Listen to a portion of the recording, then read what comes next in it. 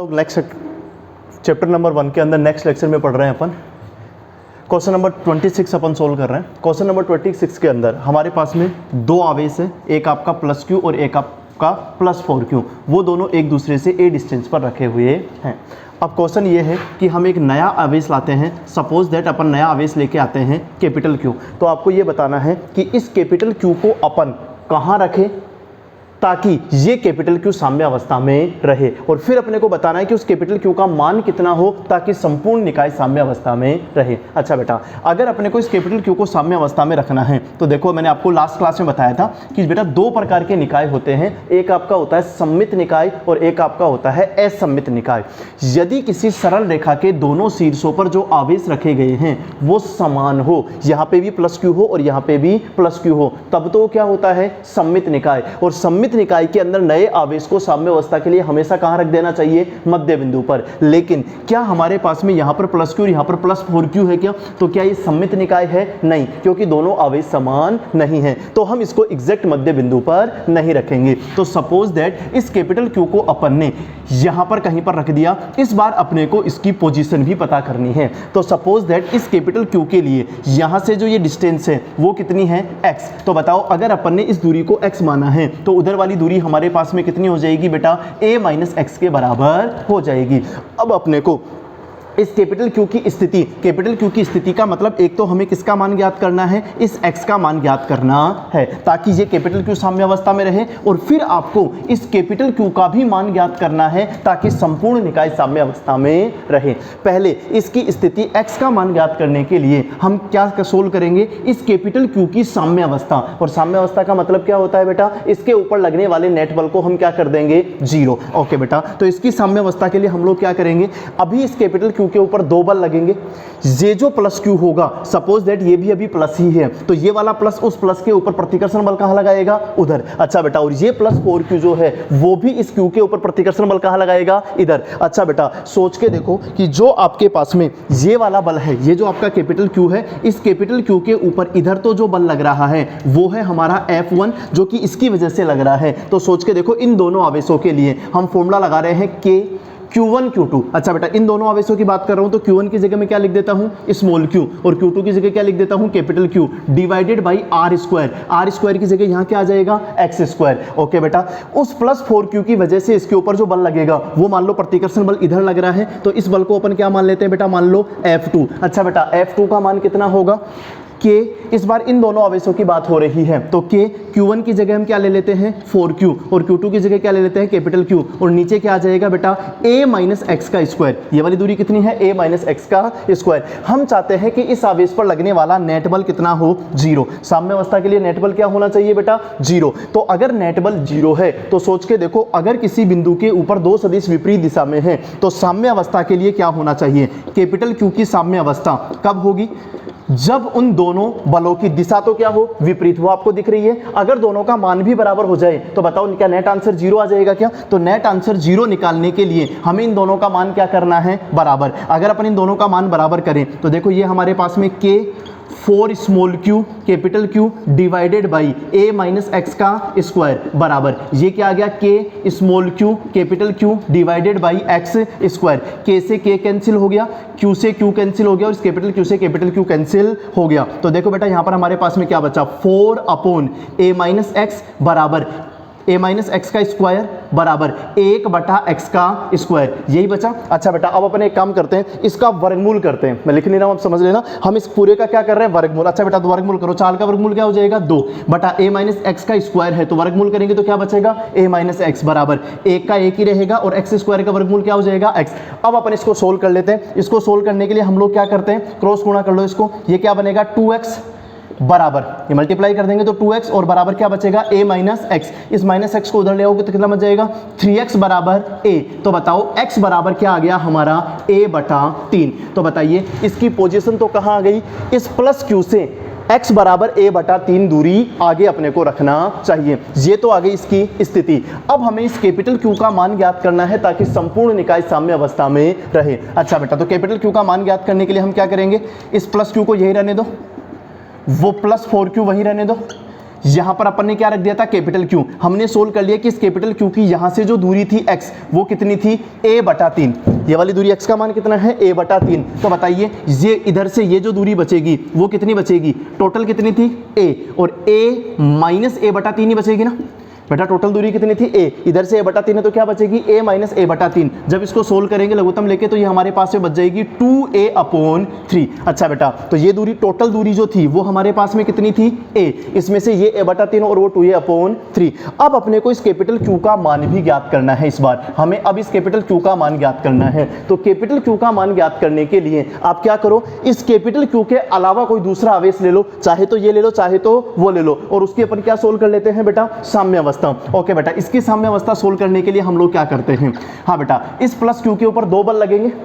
थोड़ी देर के लिए आप एक काम करो, इसको भी प्लस मान लो, तो प्लस की वजह से बल कहाँ लगेगा, प्रतिकर्षण उधर की तरफ, और इस प्लस 4q की वजह से बल कहाँ लगेगा, उधर की तरफ। जो तो दोनों बल आएंगे वो सपोज दैट इधर की तरफ लग रहे हैं। एक आपका है F1 और दूसरा आपका क्या है, F2। अच्छा बेटा, अगर अपन साम्य अवस्था की बात करते हैं तो साम्य अवस्था के लिए तो F नेट बराबर क्या होना चाहिए, 0, और F नेट बराबर 0 है। इसका मतलब इस बार हम देख रहे हैं कि F1 F2 दोनों एक ही दिशा में हैं, तो इसका मतलब F नेट क्या होगा, F1 प्लस F2, और वो बराबर क्या होना चाहिए, 0। अगर अपन F1 और F2 के मान पुट करें, अच्छा बेटा, F1 है इन दोनों आवेशों के मध्य लगने वाला बल, तो कितना होगा K। देखो बेटा, इसकी और इसकी बात हो रही है, तो कितना होगा K capital Q small q divided by इन दोनों के बीच की दूरी कितनी है, a/3। a/3 का स्क्वायर करो, कितना होगा, a²/9, यही होगा। अच्छा बेटा, प्लस F2 क्या है, इसके और इसके मध्य लगने वाला बल, इसको छोड़ दो एक बार। F2 क्या है, इन दोनों के मध्य लगने वाला बल, तो कितना होगा K, Q1 की जगह क्या ले लो 4Q, और Q2 की जगह क्या ले लो Q, डिवाइडेड बाई इस बार दूरी कितनी है A, इन दोनों के मध्य की दूरी कितनी है A, तो a² बराबर क्या होना चाहिए, 0। ओके बेटा, इसको सही सोल्व कर लेते हैं। 9K capital Q small q divided by a² बराबर, अगर उसको उधर ले जाएंगे तो क्या बनेगा, -4KQ² डिवाइडेड बाई a² से a² कैंसिल, k से k कैंसिल, एक q से एक q कैंसिल। तो देखो बेटा, कैपिटल Q का मान कितना आ जाएगा, -4Q/9। हाँ बेटा, तो सुनो, यदि हमारे पास में जो पहले से 2 आवेश रखे गए थे, अभी ये दोनों आवेश समान होते, प्लस Q और प्लस Q, तब तो ये हमारा निकाय कैसा होता, सममित, और हमें सोचने की जरूरत नहीं थी। हम नए आवेश को कहाँ रख देते, उसके मध्य बिंदु पर। मध्य बिंदु पर रखने का मतलब ये दूरी भी a/2 और ये दूरी भी a/2, लेकिन यहाँ पर इस बार प्लस Q और वहाँ पर क्या है, प्लस 4Q, तो ये सममित निकाय नहीं है और असममित निकाय है। तो उसके लिए पहले हमें इस कैपिटल Q की साम्य अवस्था सोल्व करनी है, जिससे हम x का मान प्राप्त करेंगे। अब अगर तो इधर वाली दूरी a/3 पता चल गई तो उधर वाली दूरी भी पता चल जाएगी। अच्छा बेटा, अब अगर हमें इस कैपिटल Q का मान चाहिए तो इस कैपिटल Q के अलावा कोई दूसरा आवेश लो, चाहे ये ले लो चाहे ये ले लो, और उसकी साम्य अवस्था, साम्य अवस्था का मतलब उसके ऊपर लगने वाले नेट बल को आप क्या कर दो, 0, और सोल्व कर लो, वहां से हम कैपिटल Q का मान निकाल सकते हैं। ओके बेटा,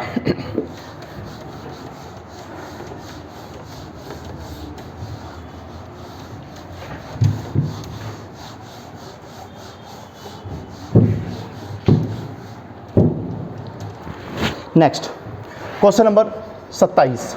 ओके बेटा, क्वेश्चन नंबर 27 के अंदर क्या कह रहा है, क्वेश्चन नंबर 27 के अंदर ये कह रहा है कि हमारे पास में अपन ने 2 धागों से 2 गोले बांध रखे, और इन दोनों को गोलों को अपन ने Q और Q आवेश प्रदान किया है। अच्छा बेटा, एक चीज सोच के देखो, अगर 2 गोलों को अपन समान आवेश प्लस Q और प्लस Q प्रदान कर रहे हैं तो वो दोनों प्रतिकर्षण के कारण एक दूसरे से कहाँ जाएंगे, दूर, और दूर जाकर के कहीं ना कहीं एक स्थिति में साम्य अवस्था में आ जाएंगे, यानी कि रुक जाएंगे। तो सपोज दैट वो प्रारंभिक स्थिति जो थी यहाँ पर, वहां से एक गोला चला गया है इधर और दूसरा गोला चला गया है इधर। ओके बेटा, दोनों गोलों का द्रव्यमान m है और दोनों के ऊपर आवेश Q और Q है। दोनों गोलों का द्रव्यमान m और आवेश कितना है, Q। सपोज दैट साम्य अवस्था में इन दोनों के मध्य की ये जो टोटल दूरी हो गई वो कितनी हो गई, x, और ये वाला जो एंगल है उसको अपन ने क्या मान लिया, थीटा, तो ये वाला एंगल भी क्या हो जाएगा, थीटा। आपको एक तो इस x का मान ज्ञात करना है और एक इन धागों में उत्पन्न होने वाला तनाव T ज्ञात करना है। बिल्कुल आसान है, कोई दिक्कत नहीं है। अपन लोग एक काम करते हैं। अच्छा बेटा, इस गोले का द्रव्यमान m था, एक गोले की बात करते हैं, तो बताइए इसके ऊपर नीचे की तरफ कितना बल लगेगा, mg। अच्छा बेटा, इसका आवेश q है और उसका भी क्या है, q। तो ये q और q एक दूसरे को क्या करेंगे, प्रतिकर्षित। तो इसके ऊपर तो बल लगेगा उधर और इसके ऊपर बल लगेगा इधर। अच्छा बेटा, इसकी बात करो, इसके ऊपर इधर की तरफ बल कितना लगेगा, k Q1 Q2, तो इसका भी Q था और उसका भी Q था, तो क्या बन गया बेटा, Q स्क्वायर डिवाइडेड बाई ये दूरी कितनी है x, तो क्या आ जाएगा x का स्क्वायर। इसके अलावा इस धागे में क्या उत्पन्न हो जाएगा, तनाव T। अपने को दो चीजें सोल्व करनी है, एक तो इस T का मान ज्ञात करना है और एक x का मान ज्ञात करना है, ये मानते हुए कि ये जो थीटा का मान है वो क्या है, अल्प, यानी कि बहुत ही कम है। हाँ बेटा, अपने को इस धागे की लंबाई दी हुई है, इस धागे की लंबाई जो है वो हमारे पास में कितनी है, L। उधर वाले धागे की लंबाई भी क्या होगी, L। चलो ठीक है बेटा, इस गोले के ऊपर ध्यान दो। एक बात बताओ, मैंने आपको 11th क्लास में बताया था कि अगर अपन इसको क्या मान लें, xx, और इसको क्या मान लें, yx, और ये साम्य अवस्था में है, तो साम्य अवस्था में xx वाला जो बल है kq square upon x square, उसको ऐसे कैसे रहने दें, yx वाला जो बल है उस mg को भी ऐसे कैसे रहने दें, जो बीच में होता है उसके अपन क्या बना लेते हैं, घटक। ओके बेटा, एक बात बताओ, अगर ये वाला एंगल थीटा है तो बताइए इधर से आकर के ये वाला एंगल भी क्या बन जाएगा, थीटा। वो थीटा है तो ये भी क्या बन जाएगा, थीटा। और अगर ये कोण थीटा है तो इस टी के हम कितने घटक बना सकते हैं, 2। अच्छा बेटा सोचो, इधर घटक क्या आएगा, टी कोस थीटा, और इधर घटक क्या आएगा बेटा, टी साइन थीटा। ओके बेटा, साम्य अवस्था में क्या होगा, साम्य अवस्था का मतलब ये पिंड यहां पर आकर के रुक गया है, तो रुकेगा कब, साम्य अवस्था में। आगे वाला बल पीछे वाले बल के बराबर होना चाहिए, ये बताया था मैंने आपको, और ऊपर वाला बल नीचे वाले बल के बराबर होना चाहिए। तो बताइए टी साइन थीटा का मान किसके बराबर आएगा, के क्यू स्क्वायर बटा एक्स स्क्वायर। ये टी साइन थीटा किसके बराबर हो जाना चाहिए, के क्यू स्क्वायर बटा एक्स स्क्वायर, समीकरण नंबर 1। और टी कोस थीटा का मान किसके बराबर हो जाना चाहिए, एम जी के बराबर, समीकरण नंबर 2। ओके बेटा, इस समीकरण 1 और 2 को अपन सोल्व कर लेंगे। क्वेश्चन में सोल्व किया हुआ है, कोई दिक्कत नहीं है, स्क्वायर करके जोड़ देंगे तो टी का मान आ जाएगा, और उसके बाद ये भाग दे देंगे तो हमारे पास में क्या आ जाएगा, थीटा का मान भी आ जाएगा। थीटा का जो मान निकाला है उसमें आपको एक बात ध्यान में रखनी है कि जब थीटा का मान अल्प होता है, जब कभी भी थीटा का मान क्या हो, अल्प, तो उस स्थिति में जो आपका साइन थीटा होता है वो बनता है थीटा, जो आपका कोस थीटा होता है वो बनता है 1, और जो आपका टेन थीटा होता है वो आपका बनता है थीटा। ये बात पे ध्यान देना आप, जब थीटा का मान अल्प हो, और अल्प का मतलब होता है बेटा 5 डिग्री से कम। जब थीटा का मान 5 डिग्री से क्या हो, कम, तो ऐसी स्थिति में साइन थीटा भी क्या बन जाता है, थीटा। कोस थीटा भी क्या, कोस थीटा क्या बन जाता है 1, और टेन थीटा क्या बन जाता है, थीटा। तो इनडायरेक्टली आप ध्यान से देखो, जब थीटा का मान अल्प होता है तो साइन थीटा और टेन थीटा दोनों क्या हो जाते हैं, बराबर। तो उस स्थिति में हम टेन थीटा की जगह साइन थीटा का मान भी पुट कर सकते हैं। और इस क्वेश्चन में जब अपन इसको डिवाइड करेंगे आगे तो उसमें टेन थीटा बनेगा, और उस टेन थीटा की जगह हमने टेन थीटा का मान पुट करने की बजाय किसका मान पुट किया है, साइन थीटा का। अच्छा बेटा एक मिनट, साइन थीटा का मान क्या पुट किया है, साइन थीटा बराबर क्या होता है बेटा, लंब बटा कर्ण। तो देखो बेटा, अगर अपन इस समकोण त्रिभुज की बात करें तो इस समकोण त्रिभुज में देखो ये वाला एंगल कितना है, 90, तो 90 के सामने वाली भुजा ये क्या हो गई, कर्ण, और ये एंगल क्या है, थीटा, थीटा के सामने वाली भुजा ये क्या हो गई, लंब। तो बताओ साइन थीटा बराबर क्या होगा, लंब बटा कर्ण। अच्छा बेटा बताना, ये लंब, इसकी लंबाई कितनी है, ये पूरी लंबाई x थी, तो बताओ बेटा ये वाली लंबाई कितनी बचेगी, आधी, यानी कि x बटा 2, और वो कर्ण कितना है, l। तो बताइए साइन थीटा का मान क्या हो जाएगा, लंब x बटा 2 और डिवाइडेड बाई नीचे क्या आएगा, कर्ण, इसका मतलब l। तो अपन ने एक्चुअल में आगे जो सॉल्यूशन किया है उसमें टेन थीटा का मान पुट करने की बजाय जब थीटा का मान अल्प होता है तो साइन थीटा और टेन थीटा दोनों क्या बन जाते हैं, थीटा, इसका मतलब दोनों क्या हो जाते हैं, बराबर। तो हमने टेन थीटा का मान पुट करने के बजाय किसका मान पुट किया है, साइन थीटा का, और वो मान कितना है, x/2l। उसके बाद में अपन सोल्व करके x का मान भी ज्ञात कर सकते हैं।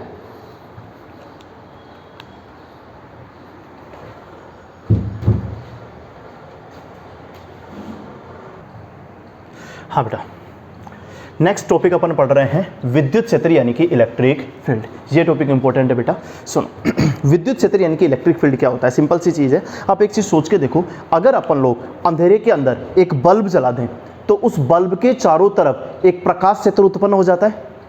वैसे ही अगर अपन किसी द्रव्यमान की बात करें, फॉर एग्जाम्पल अपन पृथ्वी की बात करें, तो पृथ्वी के अंदर द्रव्यमान होता है, उस द्रव्यमान के कारण अपन 11th क्लास में पढ़ा है कि द्रव्यमान के कारण इसके चारों तरफ क्या उत्पन्न हो जाता है, एक गुरुत्वाकर्षण क्षेत्र उत्पन्न हो जाता है। उसी प्रकार अगर हम लोग किसी आवेश की बात करें तो सपोज दैट ये हमारे पास में कोई आवेश है कैपिटल Q, तो हर आवेश के चारों ओर एक क्षेत्र उत्पन्न हो जाता है जिसके अंदर हम उस आवेश के प्रभाव को अनुभव कर सकते हैं। और किसी भी आवेश के चारों तरफ ये जो क्षेत्र उत्पन्न होता है उसी को अपन लोग क्या बोलते हैं बेटा, विद्युत क्षेत्र बोलते हैं। विद्युत क्षेत्र क्या होता है बेटा, किसी भी आवेश के चारों ओर उत्पन्न होने वाला क्षेत्र। वापस से सोच के देखो बेटा, अगर अपन लोग अंधेरे के अंदर एक बल्ब जला दें तो उस बल्ब के चारों तरफ एक क्षेत्र उत्पन्न हो जाता है, प्रकाश क्षेत्र। इसी प्रकार जैसे अपन पृथ्वी की बात करें, पृथ्वी के अंदर द्रव्यमान है, तो इस पृथ्वी के द्रव्यमान के कारण इसके चारों तरफ क्या उत्पन्न हो गया बेटा, गुरुत्वाकर्षण क्षेत्र। वैसे ही अगर हमारे पास में कोई आवेश हो तो इस आवेश के चारों तरफ क्या उत्पन्न हो जाता है, एक विद्युत क्षेत्र उत्पन्न हो जाता है। ये जो आपका विद्युत क्षेत्र होता है इसको अपन ई से रिप्रेजेंट करते हैं। अच्छा बेटा, ये जो आपका आवेश है जिसके चारों तरफ विद्युत क्षेत्र उत्पन्न हुआ है, इस आवेश को अपन लोग क्या बोलते हैं, स्रोत आवेश बोलते हैं, क्योंकि इसने अपने चारों तरफ विद्युत क्षेत्र उत्पन्न किया है। तो उस आवेश को हम लोग क्या बोलते हैं, स्रोत आवेश बोलते हैं। ओके बेटा, विद्युत क्षेत्र ज्यादा इंपॉर्टेंट नहीं है, विद्युत क्षेत्र से ज्यादा इंपॉर्टेंट है बेटा विद्युत क्षेत्र की तीव्रता। मेन टॉपिक अपना क्या है बेटा, विद्युत क्षेत्र की तीव्रता, इलेक्ट्रिक फील्ड इंटेंसिटी। और इस इलेक्ट्रिक फील्ड इंटेंसिटी को हम किससे रिप्रेजेंट करते हैं बेटा, ई से। कभी कभार क्वेश्चंस के अंदर सिर्फ विद्युत क्षेत्र लिखा हुआ होता है, उसका मतलब भी अपने को विद्युत क्षेत्र की तीव्रता यानी कि ई ही मान के चलना है। आप तो मेनली इस पर कंसंट्रेट करो, विद्युत क्षेत्र की तीव्रता ई क्या होती है। अच्छा बेटा, ये हमारे पास में कोई क्यू आवेश है, स्रोत आवेश, इसके चारों तरफ एक क्षेत्र उत्पन्न हो गया, उसको अपन लोग क्या बोल रहे हैं बेटा, विद्युत क्षेत्र। इस विद्युत क्षेत्र के अंदर किसी भी बिंदु पर विद्युत क्षेत्र की तीव्रता ई कितनी होगी, उसका मान हम कैसे ज्ञात करें। अच्छा बेटा, फॉर एग्जाम्पल यहां कोई बिंदु है, इस बिंदु के ऊपर हमें विद्युत क्षेत्र की तीव्रता E ज्ञात करनी है। तो विद्युत क्षेत्र की तीव्रता ज्ञात करने के लिए हम सबसे पहले क्या करते हैं, जिस बिंदु पर अपने को विद्युत क्षेत्र की तीव्रता ज्ञात करनी है उस बिंदु पर हम एक छोटा सा आवेश रख देते हैं Q0, जो कि काल्पनिक धनात्मक अल्प परीक्षण आवेश होता है। हाँ बेटा, हमने एक छोटा सा आवेश रखा है, इस Q0 को अपन लोग क्या बोलते हैं, मेनली तो अपन इसको क्या बोलते हैं, परीक्षण आवेश। बट ये परीक्षण आवेश क्या होना चाहिए, पहली चीज काल्पनिक, यानी कि अपन वास्तव में नहीं रखते हैं, हम केवल कल्पना करते हैं कि यहां पर कोई Q0 काल्पनिक आवेश रखा हुआ है। ये कैसा होना चाहिए, जनरली धनात्मक, और ये कैसा होना चाहिए, अल्प, यानी कि इसका मान क्या होना चाहिए, बहुत ही कम। तो हमने यहां पर एक छोटा सा आवेश रख लिया, क्या, Q0।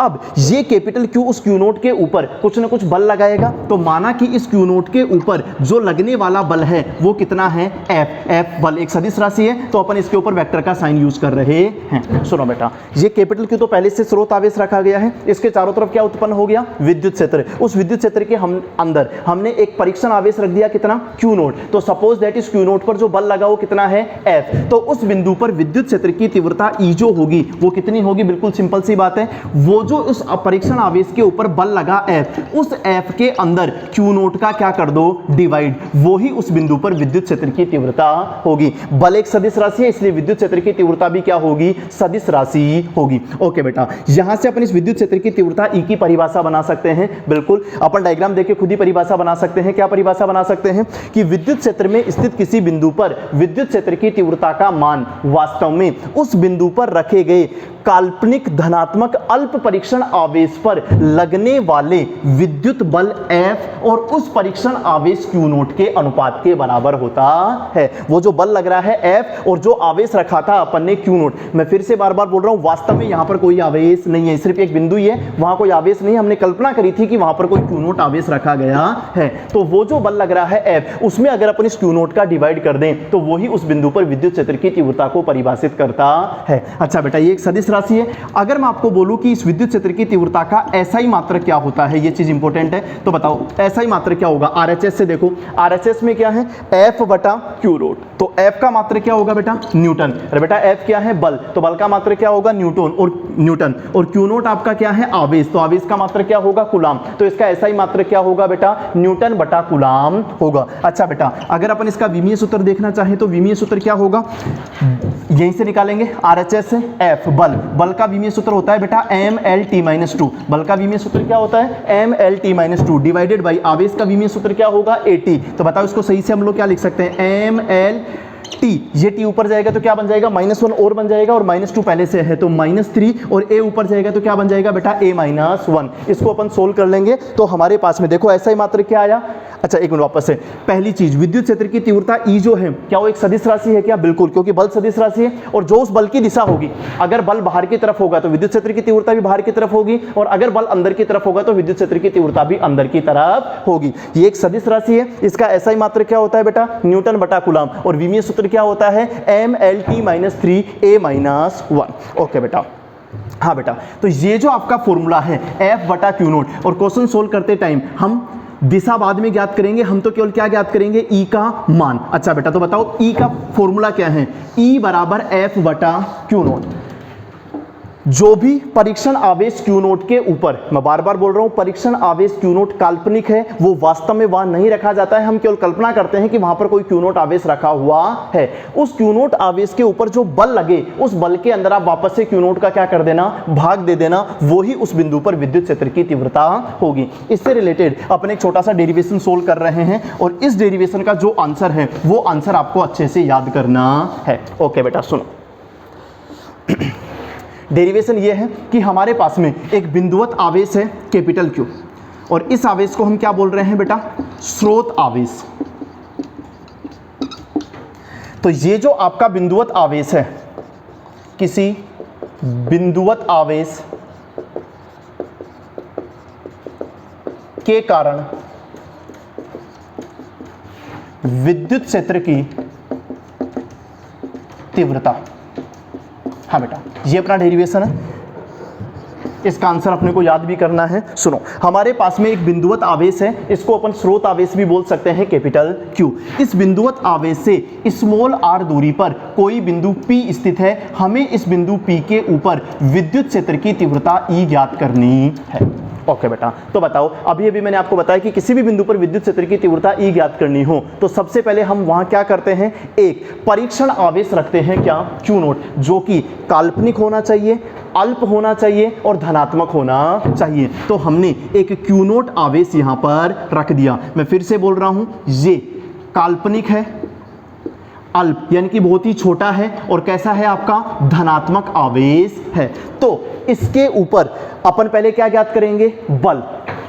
बताइए बेटा, इस काल्पनिक धनात्मक परीक्षण आवेश पर लगने वाला बल F बराबर कितना होगा कूलाम के नियम से? हाँ बेटा, कूलाम के नियमानुसार F बराबर क्या होता है बेटा, K Q1 Q2 upon R²। अच्छा बेटा, Q1 की जगह क्या आ जाएगा, कैपिटल Q, और Q2 की जगह क्या आ जाएगा, Q नोट। अरे बेटा ये दो ही तो आवेश है, तो यहां पर अपन ने क्या कर दिया बेटा, कैपिटल Q, और यहां पर अपन ने क्या कर दिया, Q नोट, और दूरी कितनी है, R ही है। तो F बराबर हमारे पास में क्या आ गया, KQ Q naught upon R²। लेकिन ये तो हमारे पास में क्या आया है, F, हमें तो क्या ज्ञात करनी है, E। और बताओ बेटा, परिभाषा के अनुसार E की परिभाषा क्या थी, वेक्टर का साइन हटा दो, एक बार हम केवल मान ज्ञात कर रहे हैं। E बराबर क्या होता है बेटा हमारे पास में, F upon Q note. E बराबर क्या होता है, F अपॉन Q नोट। तो ओके बेटा, E बराबर F की जगह हम पुट करेंगे K capital Q note divided by R², और इसमें किसका डिवाइड कर दिया, Q नोट का। तो Q नोट से Q नोट क्या हो गया बेटा, कैंसिल। तो E बराबर क्या हो गया हमारे पास में,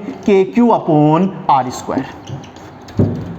तो किसी Q आवेश से R दूरी पर विद्युत क्षेत्र की तीव्रता का मान कितना होता है बेटा, KQ अपॉन R²। ओके बेटा, अब अपन एक चीज और देख लेते हैं, इस E की दिशा, इस E की दिशा कहाँ होगी। हाँ बेटा, वो जो Q नोट आवेश है वो वास्तव में नहीं है वहां पर, वो तो केवल काल्पनिक है, और वो कैसा है, लेकिन प्लस है। ये जो स्रोत आवेश है ये वास्तव में है, और ये जो स्रोत आवेश है इसके कारण विद्युत क्षेत्र की तीव्रता ज्ञात करनी है। मैंने देखो Q नोट के लिए काल्पनिक है, लेकिन फिर भी मैंने लिखा है कि वो कैसा है, हमेशा धनात्मक। स्रोत आवेश के लिए मैंने कुछ नहीं लिखा है कि वो धनात्मक है या ऋणात्मक। तो जो ये आपका Q है स्रोत आवेश, वो पॉजिटिव यानी कि धनात्मक भी हो सकता है, और ये जो आपका Q है वो आपका नेगेटिव यानी कि ऋणात्मक भी हो सकता है। ओके बेटा, आप ध्यान दो, वो तो प्लस है, फिक्स है हमेशा। अगर ये भी प्लस ही हुआ तो बताओ, अगर ये भी प्लस है और वो भी प्लस है तो बताइए बल कहाँ लगेगा, बाहर की तरफ, प्रतिकर्षण होगा ना। तो अगर ये प्लस है तो इसके ऊपर बल कहां लगेगा, बाहर। और मैंने बताया कि जो बल की दिशा होगी वही किसकी होगी, विद्युत क्षेत्र की तीव्रता की दिशा होगी। तो इसकी दिशा कहां होगी बेटा, बाहर की ओर। अच्छा बेटा, अगर ये माइनस है तो वो तो फिक्स है कि प्लस है, अगर ये माइनस है तो वो उस प्लस को अपनी तरफ क्या करेगा, आकर्षित। तो बल कहां लगेगा, अंदर। तो विद्युत क्षेत्र की तीव्रता भी कहां होगी, अंदर की ओर। विद्युत क्षेत्र की तीव्रता माइनस के लिए कहां पे होगी, अंदर की ओर। ओके बेटा, अब आप तो ये पूरा डेरिवेशन छोटा सा ही डेरिवेशन है, मेनली आपको इस डेरिवेशन का आंसर याद करना है। मैं फिर से बोल रहा हूं, वास्तव में यहां कोई क्यू नॉट आवेश है ही नहीं। मैंने केवल डेरिवेशन सोल्व करने के लिए आपको समझाया है, आप इस चीज को वास्तव में भूल जाओ। और अब मैं जो बता रहा हूं, अगर आपको पूरा डेरिवेशन याद नहीं है ये वाला तो भी कोई दिक्कत नहीं है, आपको केवल और केवल इस डेरिवेशन का जो आंसर है उसको अच्छे से याद करना है। और ये एग्जाम के लिए इंपॉर्टेंट है, ध्यान से सुनो। हमारे पास में एक स्रोत आवेश है Q, चाहे वो प्लस हो चाहे वो माइनस हो। अभी अपने को नहीं पता कि प्लस है या माइनस है।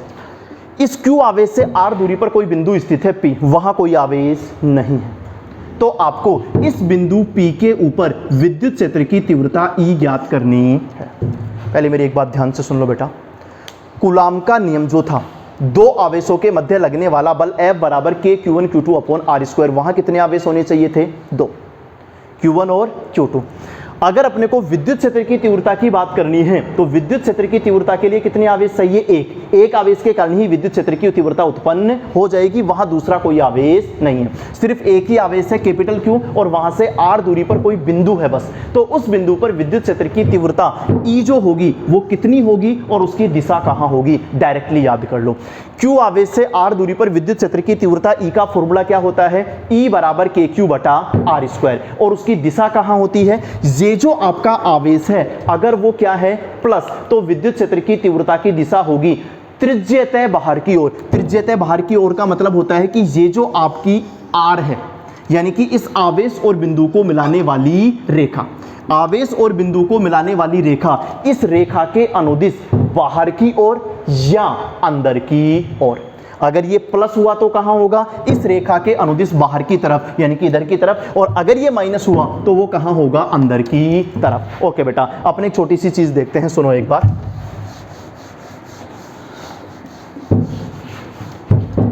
नोट्स वाला क्वेश्चन पर बाद में सोल्व करेंगे, आप एक बार दूसरी चीज समझो। अपने पास में ये एक प्रोटॉन है जिसका आवेश क्या होता है बेटा, प्लस E, और ये हमारे पास में एक इलेक्ट्रॉन है जिसका आवेश कितना होता है, माइनस E। ये धनावेश है, एक ही आवेश है, उसको छोड़ दो एक बार, उसके बारे में बाद में बात करेंगे। धनावेश है, मैंने एक बिंदु आपको दिया यहाँ, एक बिंदु आपको दिया यहाँ, एक बिंदु आपको यहाँ दिया और एक बिंदु आपको यहाँ दिया, ये 4 बिंदु दे रखे हैं। आपको हर बिंदु पर विद्युत क्षेत्र की तीव्रता की दिशा बतानी है, ध्यान से समझना। अभी एक बार इस बिंदु पर दिशा बतानी है तो आप एक काम करो, इस प्रोटॉन को और इस बिंदु को मिला दो, मिला दिया, इसको अपन बोल देते त्रिज्या। और मैंने आपको क्या बताया, अगर धनावेश है तो त्रिज्यतः बाहर और ऋणावेश है तो त्रिज्यतः अंदर। अच्छा बेटा, बाकी को भूल जाओ एक बार। ये धनावेश है और ये बिंदु है, तो बताओ धनावेश के कारण त्रिज्यतः बाहर, तो यहां विद्युत क्षेत्र की तीव्रता E की दिशा इधर होगी। अच्छा, इस बिंदु की बात करो तो पहले मिला दो, ये त्रिज्या मान सकते हैं इसको। अब बताओ ये धनावेश है और वो बिंदु है, तो बाहर का मतलब कहां होगा, ऊपर। इस बिंदु की बात करो तो इधर, और इस बिंदु की बात करो तो इधर। अच्छा बेटा, इलेक्ट्रॉन के लिए बात करो। अच्छा बेटा, इस बिंदु के लिए बात बताओ, इलेक्ट्रॉन माइनस है और ये आपका बिंदु है, तो इसको मिला लो। अब बताओ मैंने क्या बोला, त्रिज्यतः अंदर, यानी कि इलेक्ट्रॉन की ओर, तो ये E की दिशा होगी। अच्छा बेटा, अगर बिंदु यहां हो तो इसको मिला लो। अब ये इलेक्ट्रॉन है माइनस, तो त्रिज्यतः अंदर। इसी प्रकार इस बिंदु के लिए त्रिज्यतः अंदर इधर, और इस बिंदु के लिए त्रिज्यतः अंदर इधर। सुनिए, अगर यहां एक प्रोटॉन है तो बताओ, प्रोटॉन धनावेश है तो हर बिंदु पर दिशा कहां होगी, त्रिज्यतः बाहर। अच्छा बेटा, उधर वहां कोई बिंदु है तो बताओ त्रिज्यतः बाहर का मतलब कहां होगा, उधर। अगर बिंदु इधर है तो अपने से, यानी कि धनावेश से बाहर, तो बाहर का मतलब कहां होगा, इधर। अच्छा बेटा, अगर यहां बिंदु है तो त्रिज्यतः बाहर का मतलब ऊपर, और अगर यहां बिंदु है तो त्रिज्यतः बाहर का मतलब नीचे। तो धनावेश के कारण सभी बिंदुओं पर कहां होना चाहिए, बाहर की तरफ। देख लो बेटा, इस धनावेश के कारण सभी बिंदुओं पर कहां है, बाहर की तरफ। अच्छा बेटा, ऋणावेश पर कहां होना चाहिए, अंदर। देखो, इस बिंदु पर भी अंदर, इस बिंदु पर भी अंदर, सभी बिंदुओं पर विद्युत क्षेत्र की तीव्रता की दिशा कहां होनी चाहिए, धनावेश के लिए बाहर की तरफ और ऋणावेश के लिए अंदर की तरफ होनी चाहिए। ओके बेटा,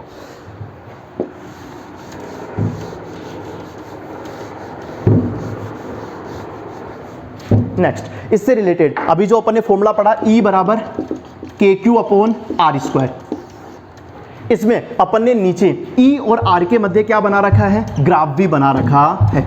E और R के मध्य क्या बना रखा है, ग्राफ बना रखा है। ये ग्राफ आपको आगे भी काम आएंगे। मैं आपको डायरेक्टली दो ग्राफ बता रहा हूं, एक होता है समानुपाती और एक होता है व्यतकर्मानुपाती। एक क्या होता है, समानुपाती, और एक क्या होता है, व्यतकर्मानुपाती।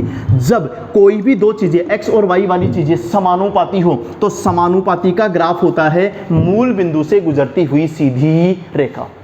यदि समानुपाती है E समानुपाती R तो ग्राफ कैसा बनेगा, मूल बिंदु से गुजरती हुई सीधी रेखा। और अगर वो व्यतकर्मानुपाती है तो चाहे वो R के व्यतकर्मानुपाती हो चाहे R स्क्वायर के व्यतकर्मानुपाती हो, व्यतकर्मानुपाती का ग्राफ हमेशा इस प्रकार से बनता है। आपको दो डिजाइन ध्यान में रखनी है बेटा, वही बना देता हूं मैं।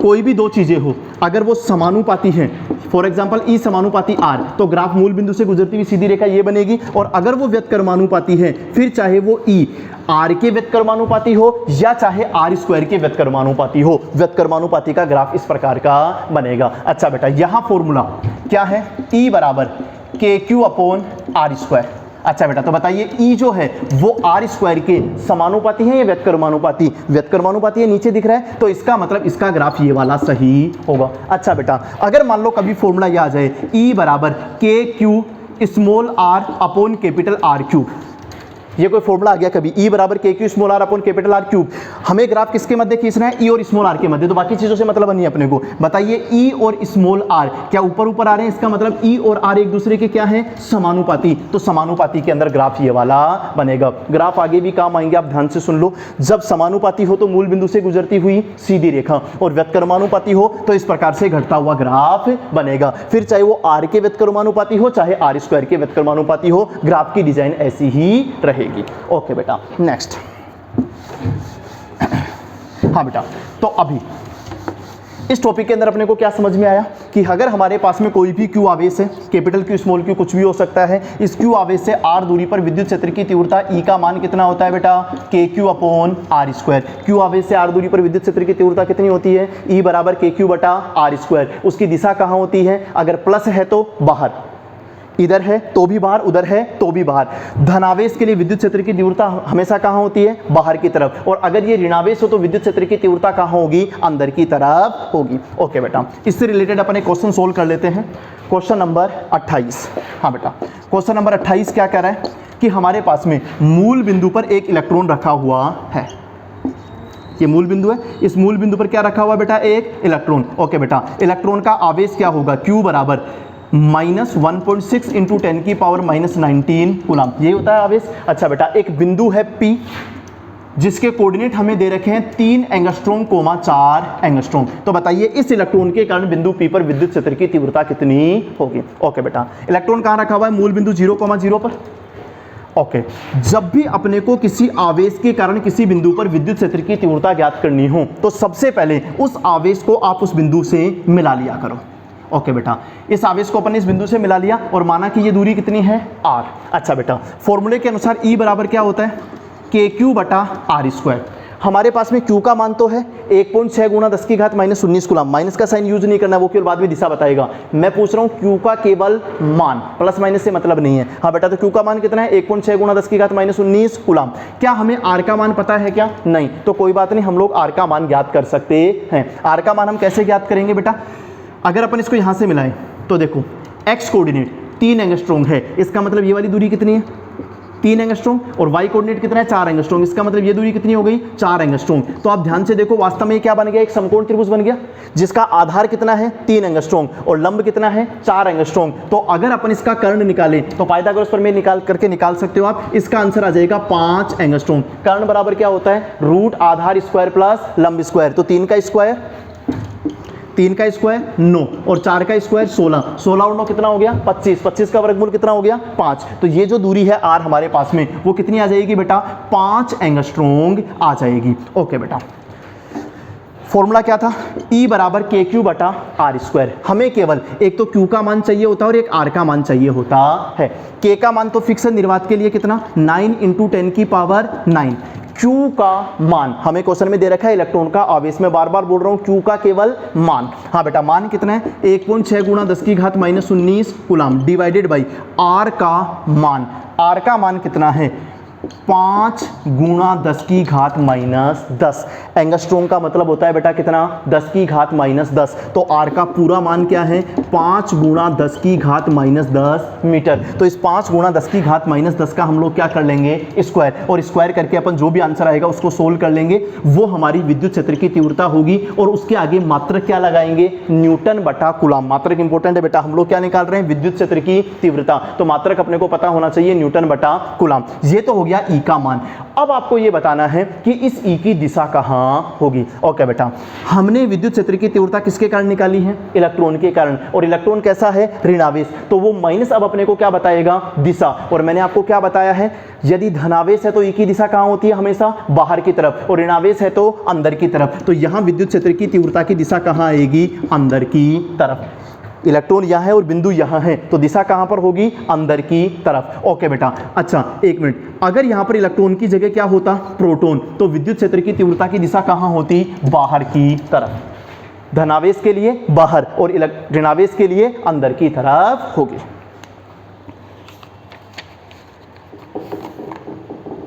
ओके बेटा, नेक्स्ट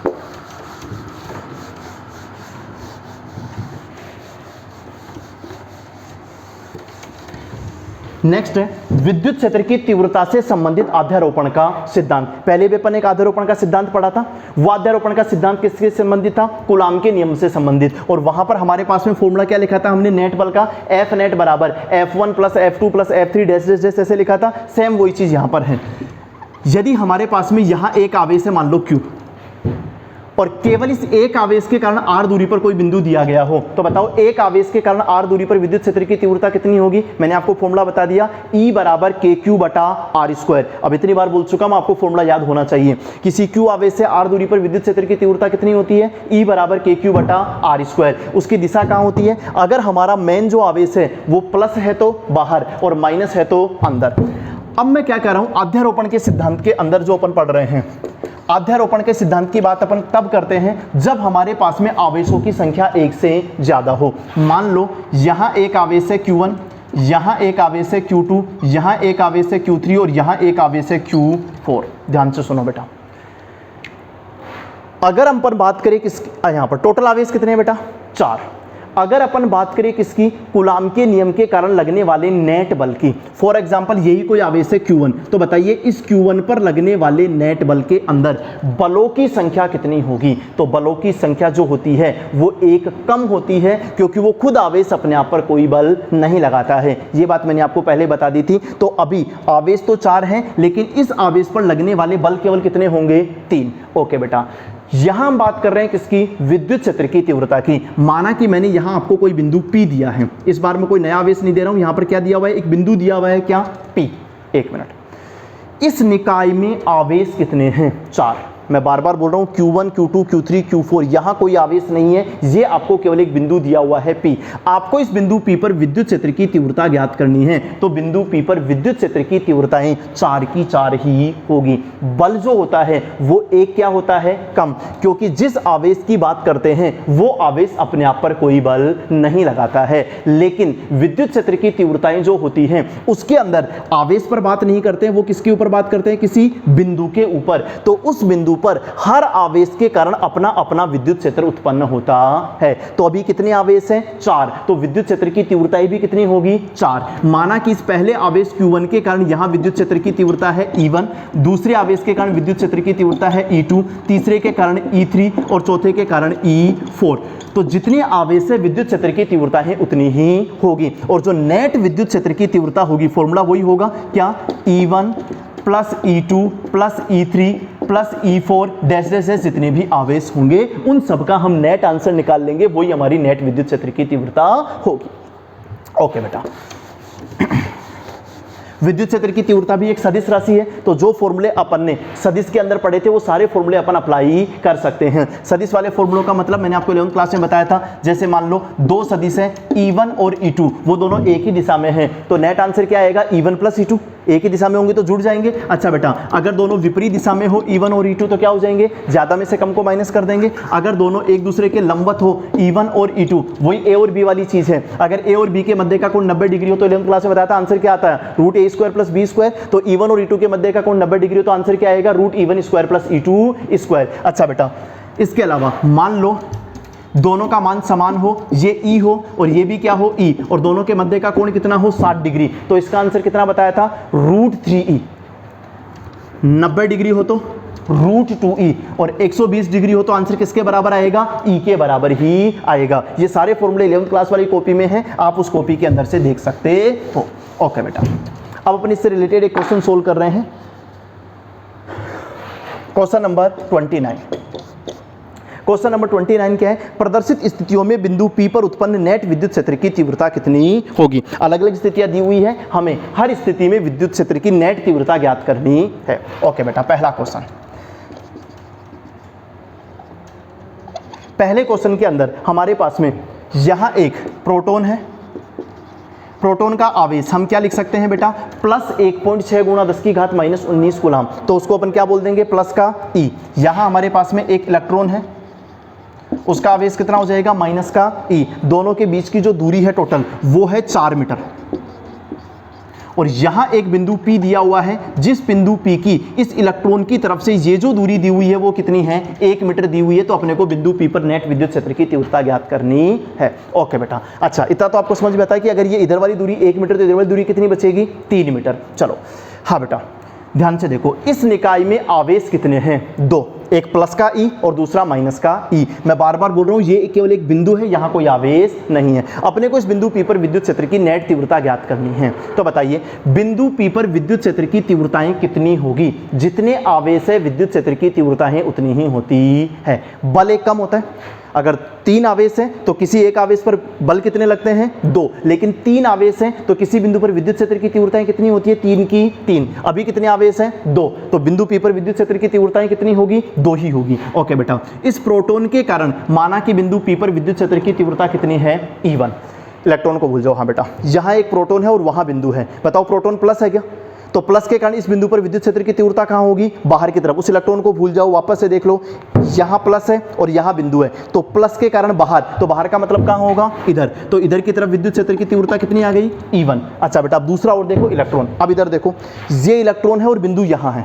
अब प्रोटॉन को भूल जाओ, इलेक्ट्रॉन यहाँ है माइनस और बिंदु यहाँ है, तो बताओ इलेक्ट्रॉन के कारण विद्युत क्षेत्र की तीव्रता कहाँ होती है अंदर, माइनस है तो अंदर, तो अंदर का मतलब इलेक्ट्रॉन की तरफ, तो ये हमारे पास में क्या हो गई बेटा E2। E1 किसके कारण है बेटा प्रोटॉन के कारण। आराम से समझ लो, ये रहा प्रोटॉन और ये रहा बिंदु, तो बाहर का मतलब ये प्रोटॉन प्लस यहाँ रखा हुआ है और बिंदु यहाँ है, तो बाहर का मतलब उधर होगा। देख लो प्रोटॉन के कारण कहाँ दिख रहा है आपको बाहर, और इलेक्ट्रॉन क्या है माइनस, तो देख लो इलेक्ट्रॉन के कारण बिंदु P पर विद्युत क्षेत्र की तीव्रता E2 कहाँ दिख रही है आपको इलेक्ट्रॉन की तरफ, इसका मतलब अंदर, तो प्लस के कारण बाहर और माइनस के कारण अंदर। अच्छा बेटा बताइए E1 और E2 दोनों एक ही दिशा में आ गए क्या, तो नेट आंसर क्या आ जाएगा E नेट बराबर E1 प्लस E2। ओके बेटा, E1 का मान क्या होगा। अच्छा बेटा, E का फॉर्मूला क्या है, किसी भी बिंदुवत आवेश के लिए E बराबर क्या है KQ बटा R स्क्वायर, तो मैं ये फॉर्मूला लगा रहा हूँ E1 के लिए, E1 बराबर K की जगह K आ जाएगा, Q की जगह E1 किसके कारण है बेटा प्रोटॉन के कारण, तो प्रोटॉन का आवेश कितना है, प्रोटॉन के आवेश का मान कितना है E, तो KE डिवाइडेड बाई ये दूरी कितनी है, प्रोटॉन से बिंदु P की दूरी कितनी है 3 मीटर, तो इसका स्क्वायर करेंगे तो कितना हो जाएगा 9 प्लस बेटा E2 का मान निकालना है, तो E2 किसके कारण है इलेक्ट्रॉन के कारण, तो वही फॉर्मूला लगाओ K Q की जगह इलेक्ट्रॉन के आवेश का मान। मैं बार बार बोल रहा हूँ प्लस माइनस से कोई मतलब नहीं है, इस इलेक्ट्रॉन के आवेश का मान कितना है E, तो KE बटा ये दूरी कितनी है 1, तो 1 का स्क्वायर क्या हो जाएगा 1 ही हो जाएगा। यहाँ आप इस E की जगह माइनस E मत लेना, जो ये E बराबर KQ बटा R स्क्वायर होता है इसके अंदर, और जो अपन ने पहले फॉर्मूला पढ़ा था F बराबर KQ1 Q2 upon R square, इसके अंदर हम इन आवेशों का केवल क्या लेते हैं मान, प्लस माइनस से कोई मतलब नहीं है। तो प्रोटॉन का आवेश वो प्लस E है, लेकिन प्लस पर ध्यान मत दो, केवल क्या लो E। इलेक्ट्रॉन का आवेश क्या है माइनस E, लेकिन माइनस पर ध्यान मत दो, केवल क्या लो E, और इन दूरियों का स्क्वायर कर दो तो हमारे पास में कितना हो जाएगा KE बटा 9 प्लस KE बटा 1, तो 9 LCM आ जाएगा, यहाँ आ जाएगा KE और प्लस यहाँ क्या आ जाएगा 9 KE, तो आंसर आ जाएगा 10 KE बटा 9। चाहे तो अपन इसका मान रख के सोल्व कर सकते हैं। 10 K का मान कितना होता है 9 इंटू 10 की पावर 9 E इलेक्ट्रॉनिक आवेश कितना होता है 1.6 गुणा 10 की घात -19 कूलम बटा 9। सोल्व करके अपन इसका आंसर भी निकाल सकते हैं। ओके बेटा, नेक्स्ट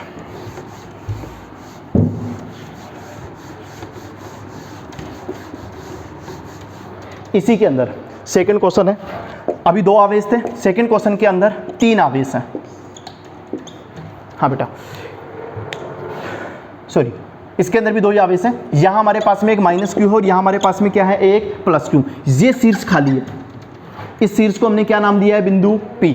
मैं ध्यान से देखो, ये हमारे पास में A भुजा का एक समबाहु त्रिभुज है, लेकिन इसके कितने शीर्ष है 3 शीर्षों में से आवेश केवल कितने शीर्षों पर है 2 पर। यहाँ -q है और यहाँ पर कितना है +q। तीसरे शीर्ष को हमने खाली छोड़ रखा है, वहां अपने को विद्युत क्षेत्र की तीव्रता ज्ञात करनी है। अच्छा बेटा, कितने आवेश हैं 2, तो बिंदु P पर विद्युत क्षेत्र की तीव्रताएं कितनी होगी 2 ही होगी। जितनी आवेश उतनी विद्युत क्षेत्र की तीव्रताएं होगी। ओके बेटा, पहले इस +q के कारण बिंदु P पर विद्युत क्षेत्र की तीव्रता, ध्यान से देखो प्लस है तो प्लस के कारण बिंदु P पर विद्युत क्षेत्र की तीव्रता कहां होगी बाहर की ओर। तो लो बेटा, बाहर की तरफ, इधर की तरफ क्या मान लिया E1, इसको अपन ने क्या मान लिया E1। अच्छा बेटा, एक बार E1 का मान भी देख लो।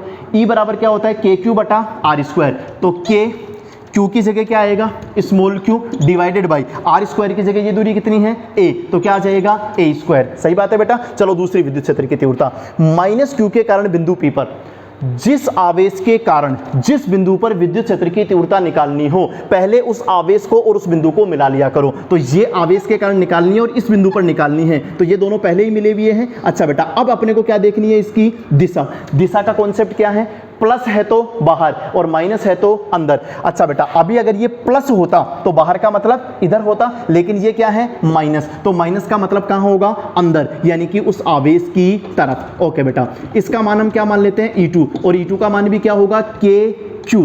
माइनस यूज मत करना, माइनस केवल क्या बता रहा है दिशा, जो कि कहां है अंदर की तरफ की, और उसका मान लो कितना Q डिवाइडेड बाई ये दूरी भी कितनी थी A, तो क्या हो जाएगा A²। कितने आवेश थे बेटा 2, +q और -q। तो बिंदु P पर विद्युत क्षेत्र की तीव्रता भी कितनी होगी 2।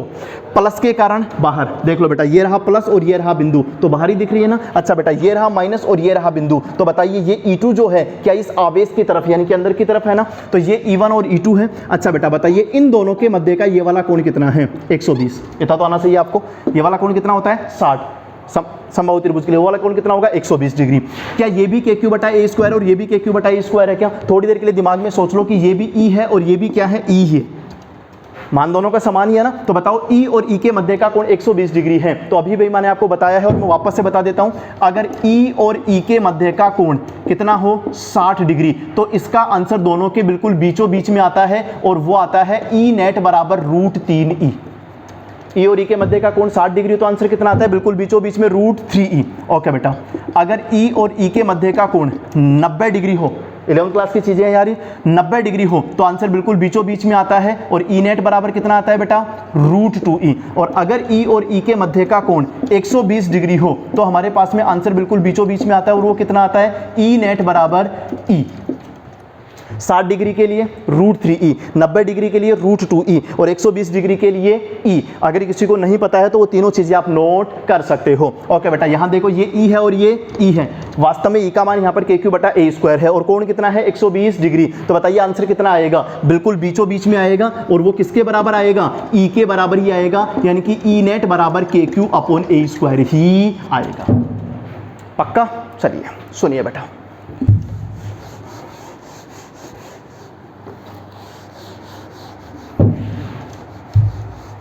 अच्छा थर्ड में बाद में सोल्व करूंगा, पहले आप मुझे एक बात बताओ, अगर मान लो ये भी प्लस ही होता तो क्या होता, इस प्लस के कारण बाहर इधर E1 बराबर KQ बटा A²।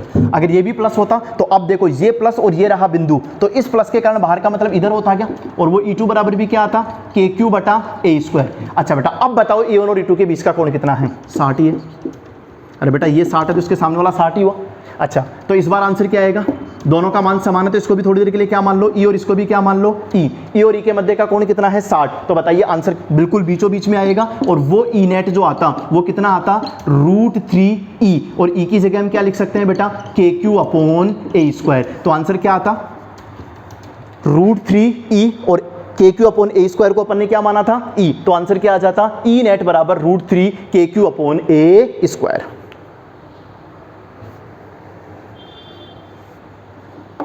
ओके बेटा नेक्स्ट इसी टाइप से इसके अंदर थर्ड क्वेश्चन है। थर्ड क्वेश्चन के अंदर हमारे पास में 3 आवेश है, ध्यान से देख लो। वर्ग के 4 शीर्ष हैं, लेकिन चारों में से आवेश केवल कितनों पर रखे गए हैं? 3 के ऊपर, और चौथे शीर्ष को खाली छोड़ा गया है, वहां पर अपने को विद्युत क्षेत्र की तीव्रता ज्ञात करनी है। तो ये 3 सदिश वाला क्वेश्चन है, ये आपको सोल्व करना आना चाहिए। इसके बाद में चौथे क्वेश्चन में 6 आवेश है, ये भी आपको सोल्व करना आना चाहिए। और उसके बाद में 5वें क्वेश्चन के अंदर अनंत आवेश है, ये मैं आपको सोल्व करके बता रहा हूं। तीसरा और चौथा क्वेश्चन आपको खुद को सोल्व करना आना चाहिए। ऐसा क्वेश्चन मैंने आपको कूलाम के नियम के अंदर सोल्व करवाया है।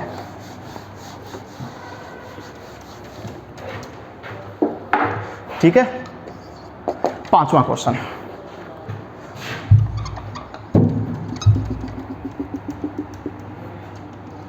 हाँ बेटा, 5वें क्वेश्चन के अंदर यहां पर हमारे पास में एक मूल बिंदु है O, यहां प्लस क्यू आवेश है, यहां प्लस क्यू आवेश है, यहाँ प्लस क्यू आवेश है, यहाँ प्लस क्यू आवेश है, और ये प्लस क्यू आवेश कहाँ तक रखे गए हैं? अनंत तक।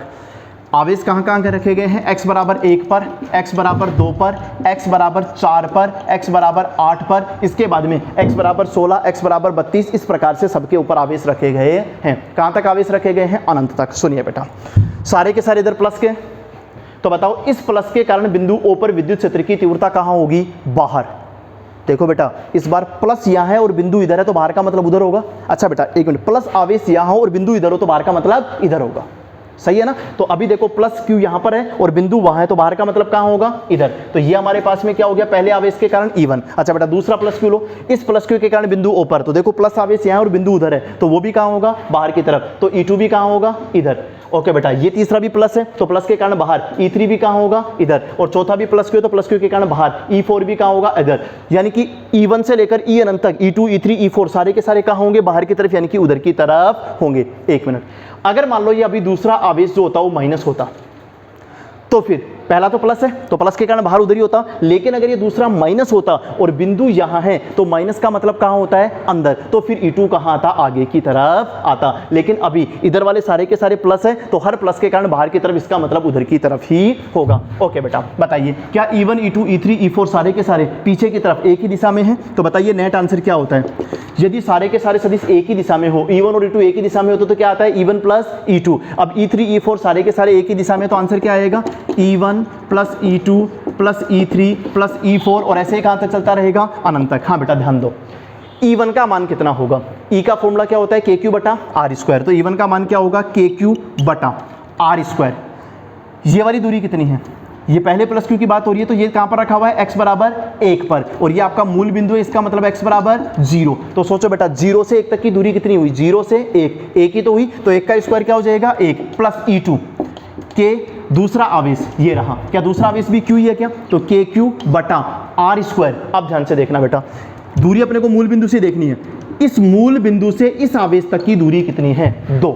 0 से 2, 0 से 2, तो दूरी कितनी हो गई? 2। लेकिन उस 2 का क्या करना है? नीचे स्क्वायर। अरे बेटा फॉर्मूला क्या होता है? E बराबर KQ बटा R स्क्वायर। पहले आवेश के लिए दूरी कितनी थी? 1, तो 1 का स्क्वायर तो 1 हुआ, बट दूसरे आवेश के लिए दूरी कितनी है? 2, तो 2 का स्क्वायर क्या हो गया? 4। ओके बेटा नेक्स्ट, K वो आवेश भी कितना है? Q बटा, इस बार तीसरे आवेश के लिए यहां से लेकर यहां तक की दूरी कितनी है? 4, तो 4 का स्क्वायर कितना हो जाएगा? 16 प्लस KQ बटा चौथे आवेश के लिए दूरी कितनी है? 8, 8 का स्क्वायर क्या हो जाएगा? 64। ये इसी प्रकार से अनंत तक चलता रहेगा। ओके बेटा, क्यू को कॉमन ले लेते हैं, यहाँ क्या बचेगा? 1 प्लस 1 बटा 4 प्लस 1 बटा 16 प्लस 1 बटा 64, और इसको कहाँ तक चलने दे? अनंत तक। सुनिए बेटा, ये हमारे पास से बन गई अनंत समान गुणोत्तर श्रेणी। क्या बन गई? अनंत गुणोत्तर श्रेणी। और अनंत गुणोत्तर श्रेणी का योग होता है S अनंत बराबर A बटा 1 माइनस R। अनंत गुणोत्तर श्रेणी का योग कितना होता है? A बटा 1 माइनस R। तो सुनिए बेटा, E बराबर आ जाएगा, KQ को तो ऐसे कैसे रहने दो, ये फॉर्मूला हम यहाँ लगा रहे हैं, A बटा 1 माइनस R। A होता है इसका प्रथम पद। अच्छा बेटा बताइए, इस गुणोत्तर श्रेणी का प्रथम पद क्या है? 1 बटा 1 माइनस R क्या होता है? सार्व अनुपात। सार्व अनुपात कैसे निकालते हैं? किसी भी पद में उसके पीछे वाले पद का भाग दे दो। अच्छा बेटा, 1 बटा 4 में 1 का भाग दो, 1 बटा 4 में 1 का भाग दो, 1 बटा 4 ही आएगा।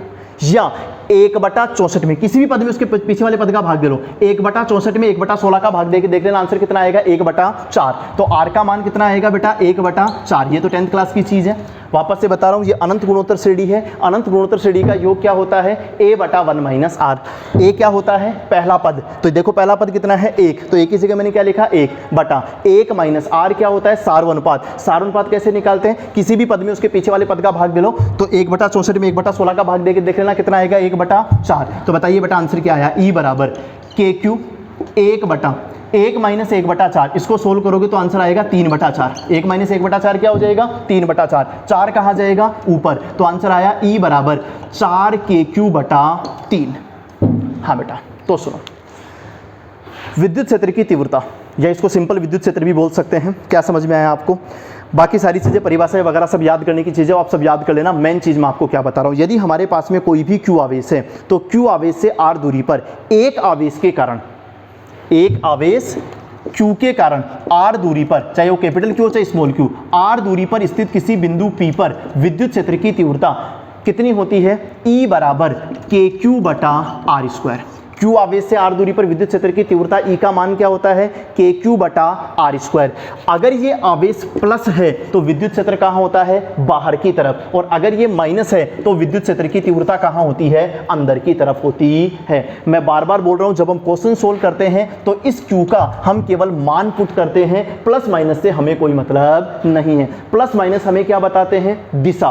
क्या दिशा बताते हैं, प्लस है तो बाहर और माइनस है तो अंदर। अच्छा बेटा, ये तो हुई एक आवेश की बात। फिर अपन ने अध्यारोपण के सिद्धांत के अंदर देखा कि अगर विद्युत क्षेत्र की तीव्रताएं एक से ज्यादा हो, 2, 3, 4, 5 अनंत कितनी भी विद्युत क्षेत्र की तीव्रताएं हो, तो हम हर आवेश के कारण विद्युत क्षेत्र की तीव्रता अलग अलग निकाल लेते हैं और फिर हम सबका क्या कर देते हैं, सदिश योग। सदिश योग के फॉर्मूले जो हैं वो अपने को 11th क्लास में अपन ने पढ़ लिए थे, वो सारे फॉर्मूले अपने को आने चाहिए। ओके बेटा सुनो,